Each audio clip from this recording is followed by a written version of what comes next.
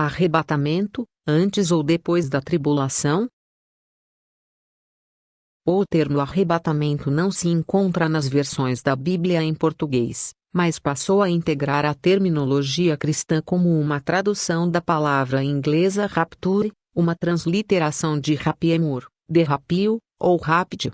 Foi o vocábulo usado por São Jerônimo na Vulgata, ao traduzir a passagem 1 Tessalonicenses 4:2-16-17, a qual descreve como os salvos de todas as eras, tanto os vivos quanto os mortos, serão arrebatados para encontrar Jesus no ar na sua segunda vinda.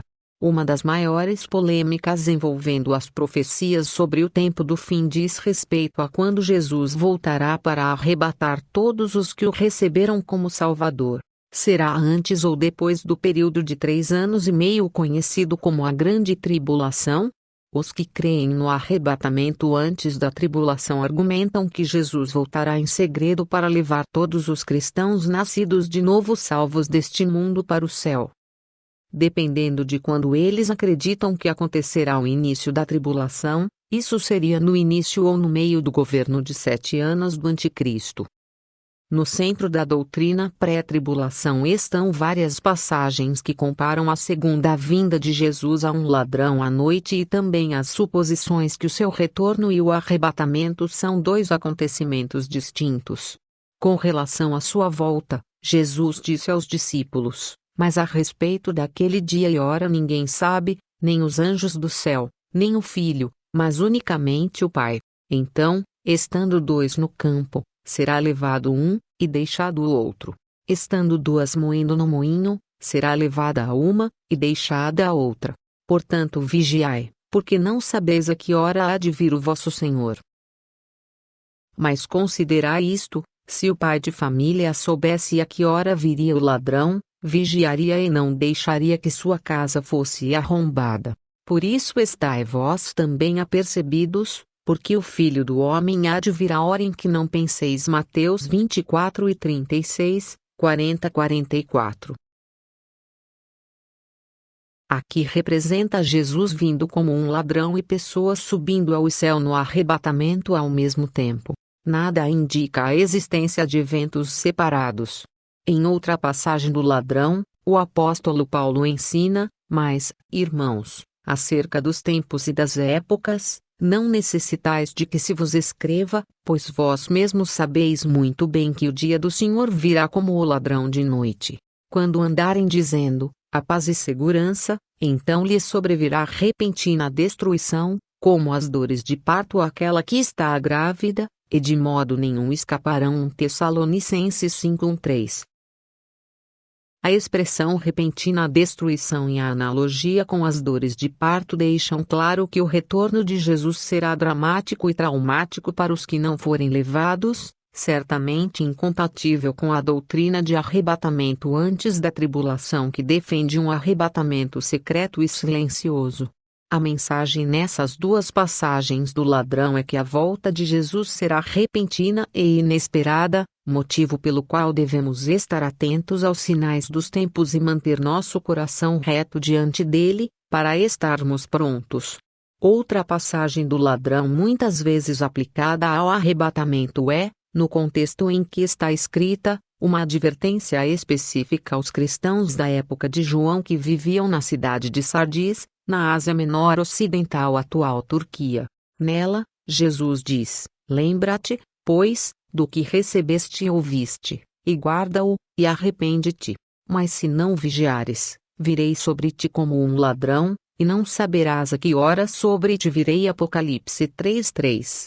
Mais uma vez, repete-se a mesma mensagem das outras passagens do ladrão. Precisamos manter nosso coração reto com Jesus para estarmos prontos para encontrá-lo quando morrermos ou quando formos levados ao seu encontro no arrebatamento. Uma quarta passagem do ladrão, às vezes adicionada à receita, não tem absolutamente nada a ver com o arrebatamento, mas fala da destruição e subsequente recriação da superfície e da atmosfera da Terra. Aproximadamente 1000 anos após a volta de Jesus, ao final do período conhecido por milênio, mas o dia do Senhor virá como um ladrão.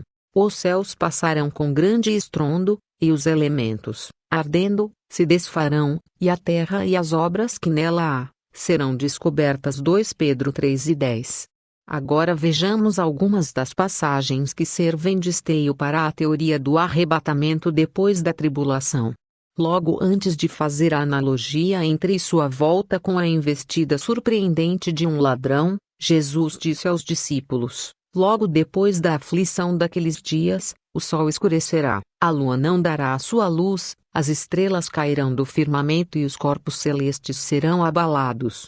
Então aparecerá no céu o sinal do Filho do Homem, e todos os povos da terra se lamentarão e verão o Filho do Homem, vindo sobre as nuvens do céu, com poder e grande glória.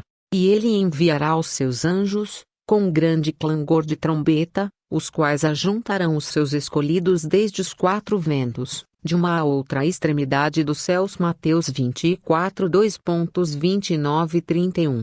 Jesus disse que sua volta se daria depois da tribulação e que é quando os seus anjos virão para recolher todos os que o tiverem recebido como o Salvador, no arrebatamento.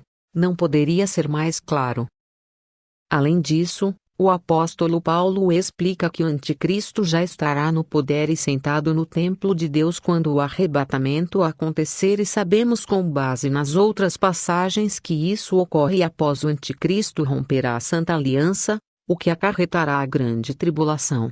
Ninguém de maneira alguma vos engane, pois isto, o retorno de Jesus, não acontecerá sem que antes venha a apostasia, e se manifeste o homem do pecado, o filho da perdição, o anticristo.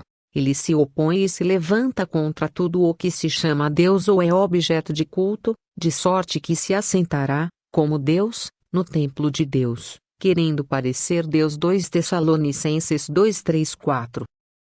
Paulo também afirma que isso acontecerá ao soar da última trombeta, a mesma da qual Jesus falou em Mateus 24:31, pois o mesmo Senhor descerá do céu com grande brado, a voz do arcanjo, ao som da trombeta de Deus, e os que morreram em Cristo ressurgirão primeiro. Depois nós, os salvos, os que ficarmos vivos, seremos arrebatados juntamente com eles nas nuvens, para o encontro do Senhor nos ares, e assim estaremos para sempre com o Senhor. 1 Tessalonicenses 4:2.16-17. Eis que vos digo um mistério: na verdade, nem todos dormiremos, mas todos seremos transformados, num momento, num abrir e fechar de olhos, ao soar a última trombeta. Pois a trombeta soará, e os mortos ressurgirão incorruptíveis, e nós seremos transformados. 1 Coríntios 15, 2.51-52. E por fim, está claro nas profecias nos livros de Daniel 538 a.C., e Apocalipse 90 graus Celsius, que o anticristo fará a guerra contra todos os santos, todas as pessoas que tiverem nascido de novo. Durante a tribulação, cuja duração é predita especificamente em diversas passagens. Eu olhava, e vi que este chifre, o anticristo, fazia guerra contra os santos, e os vencia, até que veio o ancião de dias, Deus, e foi dado juízo aos santos do Altíssimo, e chegou o tempo em que os santos possuíram o reino. O anticristo proferirá palavras contra o Altíssimo, e destruirá os santos do Altíssimo, e cuidará em mudar os tempos e as leis. Eles serão entregues em suas mãos por um tempo, e tempos, e metade de um tempo, 3 anos e meio. Daniel 7, 2.21, 22, 25. Sim, a grande tribulação será um período difícil, mas Deus fará redundar para o nosso bem e nos ajudará a atravessá-lo vitoriosos. Sobre isso, Daniel escreve: o povo que conhece ao seu Deus se tornará forte, e fará proezas.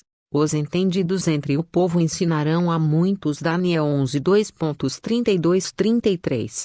A grande tribulação também será um período no qual muitos recorrerão ao Senhor, pois aqueles que conhecerem Deus e entenderem o que está acontecendo manifestarão grandes poderes e ganharão para o reino eterno de Deus muitos dentre os opositores do anticristo e seu regime. As trombetas da tribulação anunciarão os julgamentos sobre os ímpios, não sobre os justos, os quais estarão sob a proteção de Deus nesse período. Estes, a grande multidão diante do trono de Deus e de Jesus, são os que vieram da grande tribulação. Apocalipse 7:14. Em outras palavras, passaram por ela. Deus livrará seus filhos em tribulação, não os isentará das aflições.